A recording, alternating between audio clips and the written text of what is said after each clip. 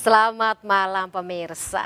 Bicara mengenai awak media ya, kita tidak asing dengan yang namanya harapan untuk menyuarakan kebenaran, kemudian juga hal netral atau netralitas, proporsional, serta berpihak kepada masyarakat dan juga bangsa tentunya. Nah, media ini harus berpihak pada yang namanya etika, kepantasan, dan juga kepentingan bersama. Tidak hanya itu, media juga harus bertanggung jawab atas ruang publik, informasi yang juga disampaikan kepada masyarakat yang seharusnya juga bisa menjamin independensi pelaksanaan pemilu 2024. Tapi jurnalis turun ke dunia politik ini ternyata bukan hal yang baru. Dinilai mengerti banyak hal dan juga paham apa yang menjadi problem publik, maka jurnalis ini bisa disebut pantas ada di tengah-tengah hangatnya ruang politik atau gelanggang politik negara ini. Kita akan bicara mengenai bagaimana jalan perjuangan para jurnalis di tengah politik yang menjadi bahasan episode One on One malam hari ini. Bersama saya, Fani Maniar. Ya, masuk tahun politik 2024 pemirsa, para bakal caleg ini bermunculan dan berasal dari berbagai kalangan, termasuk mereka yang berasal dari jurnalistik. Tapi ini juga bukan merupakan hal yang baru. Mengingatkan kita dalam beberapa peserta atau pesta demokrasi sebelumnya, dari jurnalis yang turun langsung ke gelanggang politik ini juga ada beberapa, kalau tidak mau dibilang banyak. Nah, bicara mengenai jurnalis yang masuk ke ranah atau gelanggang politik praktis, membuat banyak pihak juga bertanya-tanya terkait dengan netralitas dan independensi. Apakah kedua hal tersebut saling bertentangan dengan politik di tanah air atau justru menjadi keuntungan tersendiri dan bisa saling berkelindan? Kita bahas bersama dengan tamu pertama kita malam hari ini yang sebenarnya sosoknya ini harus bikin saya sedikit hati-hati. Soalnya KPI saya, Key Performance Index atau penilaian saya berada di tangan beliau. Mas Aiman Wicaksono selaku pemimpin redaksi MNC News dan juga bakal calon legislatif atau caleg dari Partai Perindo. Mas Aiman, selamat malam. Selamat malam. Duh, tampak lebih bersinar, lebih glowing, lebih semangat ini. Biar gak kalah. Udah lumayan viral begitu, tapi belum sempat saya japri terkait dengan cuitan Mas Aiman yang kemarin sempat bereaksi begitu terkait dengan netizen yang mempertanyakan ini jurnalis turun ke dunia politik atau gelanggang politik ini masih bisa netral, masih bisa independen, masih bisa amanah nggak sih? Pertama, saya komunikasi massa ya atau ilmu-ilmu jurnalistik. Nah, dua hal ini sebenarnya ketemu. Atau politik turun sebagai politikus dan mereka yang berangkat dari dunia jurnalistik gitu turun ke politik begitu. Ini yang menjadi motivasi atau aspirasi Mas Aiman ketika mengiyakan tawaran untuk menjadi caleg. Karena sesungguhnya dunia yang mengkhianati rakyat. Kenapa? Karena kalau mengkhianati rakyat, dia akan nggak dapat. Nah, disitulah jalannya. Aiman akan mendaftar sebagai bakal calon. Sudah mendaftar kemarin legislatif, tanggal 14 Mei itu. DPR atau DPRD? DPR RI. DPR RI, Dapil. Informasinya Dapil DKI 1 atau Jakarta Timur. Dapil DKI 1 Jakarta Timur. Iya. Oke. Nah, berarti Dapil yang dapil yang berat ya? Iya dong. Oke. Udah ada bocoran belum sih lawan-lawannya siapa saja nanti yang ikut dalam kompetisi? Yang baru ini kan belum ya, tapi yang lama kan kita bisa lihat siapa yang bertarung di situ, siapa yang mendapatkan kursi di situ kita bisa lihat juga. Nah, orang-orang hebat semua. berarti kan ranah pusat begitu, wilayah pusat, persaingannya juga akan lebih panas begitu Mas Aiman.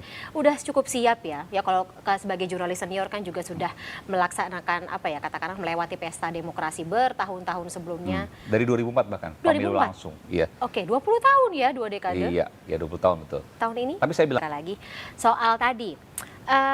Mas Aiman ini kan dikenal sebagai jurnalis yang cukup vokal begitu ya, Ci. Netizen, kemudian juga kalau saya juga lebih berani begitu dalam menyuarakan sesuatu kebenaran gitu. Terlepas dari lawan kita adalah orang yang punya kuasa atau power lebih besar daripada kita misalnya. Apakah itu juga akan bertahan dan tentu saja konsisten ketika nanti Mas Aiman, amin ya robbal alamin, terpilih menjadi legislator? Kalau satu kata yang saya gunakan adalah berjuang. Atau Aji mengatakan kalau para jurnalis yang mau turun ke politik terus mundur. Iya, itu gimana? Ada komentar? Ya, subjektivitas saya sebagai bawahan Mas Aiman, sebagai tim dari Mas Aiman berarti ya harus menghadapi kenyataan seperti itu. Gitu kan. Kenapa nggak ada sekarang dari DCS misalnya? Loh, DCS itu masih panjang. Lumayan kan jurnalis harus riset. Ya, sekitar berapa berarti? 3 bulanan? 3 bulan. Oke. Tapi Mas Aiman bisa gitu menggunakan. Nggak sampai 3 bulan sih. Nggak sampai 3 bulan bahkan gitu. Menurut Mas Aiman, waktu tersebut ideal nggak sih untuk turun serta gitu ketemu sama konstituen, menyuarakan aspirasi, merangkul mereka untuk turun katakanlah bergabung bersama-sama dengan Mas Aiman? Saya pikir 3 Perindo Pak Haritanu untuk menyampaikan bahwa mendukung proporsional terbuka. Tapi kan kita menghormati ya secara demokrasi karena kita kan negara berdemokrasi. Nah, Mas Aiman, kita bicara lagi mengenai rencana kampanye tersebut gitu. Daerah Mas Aiman kan katanya daerah panas tuh, tanda kutip ya, Iya. Jakarta Timur. Selain itu, tantangannya sebenarnya sebagai legislator, daerah ini tuh seperti apa? Apa sih yang sebenarnya dibutuhkan oleh masyarakat, terutama wilayah Jakarta Timur dan juga DKI Jakarta secara keseluruhan, serta tentu saja masyarakat Indonesia secara keseluruhan begitu. Tapi kita bicara dari dapil Mas Aiman dulu deh. Iya, ada banyak yang harus dipelajari dari daerah Jakarta Timur sebagai Provinsi semua Iya. kena ya. Amin. Tapi berarti kan salah satu kekuatan Mas Aiman ya bisa dibilang begitu, dengan pengalaman Mas Aiman turun belusukan seperti itu adalah bertemu dengan rakyat, bertemu dengan konstituen, dan you seemed happy about it. Apa yang membuat Mas Aiman ini nyaman gitu ketemu sama orang di lapangan, panas-panasan, mungkin juga hujan seperti itu? beda. U23 kemarin ya, U23 yang Yang dari baik. atau ya mungkin pesan dari orang terdekat begitu yang Mas Aiman akan pegang gitu ketika nanti lagi-lagi amin ya robbal alamin Mas Aiman duduk menjadi anggota dewan. Dengan niat yang baik ini, perjuangan tersebut juga akan membuahkan sebuah hasil ya. Karena kan kalau misalnya dalam Islam mengatakan niat yang baik, kemudian juga usaha yang jujur, insya Allah dijabah ya. Dan giliran kepada rekan jurnalis yang lain yang juga akan bercerita dalam one on one kali ini. Sehat dan juga sukses. Terima kasih Mas Aiman. Tapi pemirsa tetaplah bersama kami. Saya masih akan kembali dengan rekan jurnalis lainnya yang juga ikut turun dalam gelanggang politik tahun 2024 atau Pesta Demokrasi 2024. Tetap bersama kami. One on one akan segera kembali. Hari ini gimana ya bilangnya? Berangkat dari rekan kerja sama-sama begitu, hampir sama-sama setiap hari. Kemudian sekarang saya akan berhadapan langsung dalam agenda yang bisa dibilang berbeda. Kami berdua sama-sama mengabdi pada akurasi data dan informasi yang disajikan kepada penonton. Tapi sekarang tampaknya saya harus siap-siap melepas ia terbang, mengabdi kepada rakyat. Reinhard Sirait, manajer MNC News sekaligus bakal caleg Partai Perindo. Selamat malam, Reinhard. Selamat malam, Fani. Ini rasanya kayak ngobrol. Nah, sebenarnya Gimana? kenapa dan juga awal tentunya ketika Reinhard ini memutuskan oke, saya maju jadi Ya. calon legislatif. Sebetulnya ceritanya sehingga apa yang bisa saya lakukan bisa lebih besar kontribusinya, meskipun juga para Elit politik. pemangku kebijakan, Oke. para elit politik, kita punya jembatan. Tapi kan gini ya, kalau misalnya apalagi kalau kita sudah melihat bagaimana contoh-contoh yang sudah ada begitu. Stigmanya kan ketika kita punya idealisme tadi, kita bisa jadi berubah, kita bisa jadi mengikuti arus. Ada ini enggak semacam persiapan begitu supaya tidak terjerumus dalam praktik-praktik ilegal, praktik-praktik yang ya kita tahulah gitu, sangat sulit gitu untuk diberantas di dunia perpolitikan, di gelanggang politik negara ini. Gimana caranya? Tidak menggunakan cara gitu. Nah, makanya ketika kita turun ini, di era yang sudah sangat terbuka ini, ada banyak sekali kita bisa saya teruskan dan konsisten.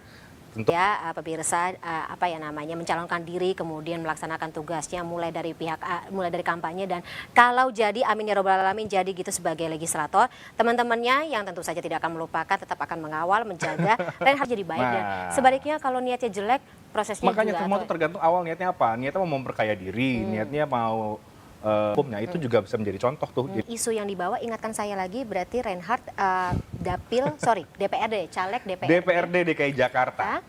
Dapil? Rencana Kecamatan Cipayung, Pasar Rebo, Cibubur, dan sekitarnya di situlah. Nah, di situ memang tempat saya gunakan kalau saya sedang ngobrol biasa dengan Reinhard.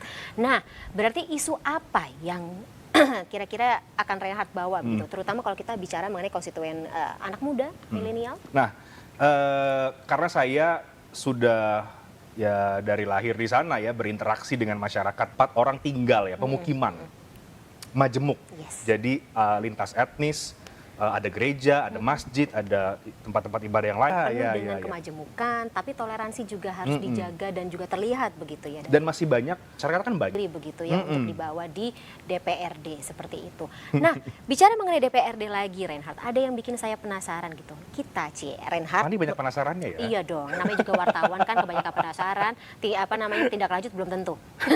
Jadi gini, Reinhard membawa aspirasi saya, kan kita kaum muda nih, tapi kan yang namanya anak-anak muda tuh apalagi kayak yang turun ke dunia politik, lagi-lagi suka ada citra karena anak kemarin sore belum punya pengalaman, aspirasi kita tuh kayak semacam di nomor 2 kan begitu, kalah begitu dengan praktek atau habit yang sudah berlangsung begitu lama dari para senior-seniornya. Kalau dari kacamata Reinhardt, anak muda ini bisa bikin perubahan. Banyak yang kalau berbicara soal itu ya saya pikir memang ini tahunnya anak-anak muda sudah jelas terjun ke politik, dan saya pikir sekarang udah ini ketika terjun ke politik justru menjadi contoh yang buruk, malah di contoh yang Masih banyak lagi yang bikin saya penasaran, tapi mungkin sebagai closing statement sekaligus, apa yang ingin Reinhardt ubah dari Jakarta, khususnya karena sebagai calon legislatif DPRD ya, apa yang perlu diperbaiki, apa yang perlu kita sempurnakan begitu dari yang namanya Jakarta? Pertanyaan serius ini ya. Sebetulnya Jakarta sekarang salah guna anggaran, tepat guna, itu perlu sekali. Jadi tata kelola pemerintahannya yang itu menurut saya perlu kita cermati bersama, sudah berganti ya. Tapi kan ini pusat, tapi tetap kegiatan ya. Iya, jadi ya saya pikir soal tata kelola dan juga pengawasan anggaran. Agar niat baik untuk mengubah sesuatu menjadi lebih baik lagi ini dijabah oleh Tuhan Yang Maha Kuasa. Amin, semoga diberikan kepercayaan juga. Memperbuat jadi tagline Reinhardt Sirait berikutnya. Baik, Reinhardt, terima kasih sekali. Mari kita lanjutkan setelah ini ya. Tentu saja. Terima kasih Reinhardt, kita ketemu lagi ya di next session lebih tepatnya. Setelah ini lebih tepatnya ya. Setelah program One on One ini berakhir. Terima kasih Reinhardt ya. Salam sehat selalu Ci. Sukses selalu ya. Pemirsa, masih ada satu narasumber lagi, masih ada satu tamu lagi yang akan mengisi program One on One malam hari ini dengan tajuk bagaimana perjuangan jurnalis di jalan politik. Siapa dia? Tetap bersama kami.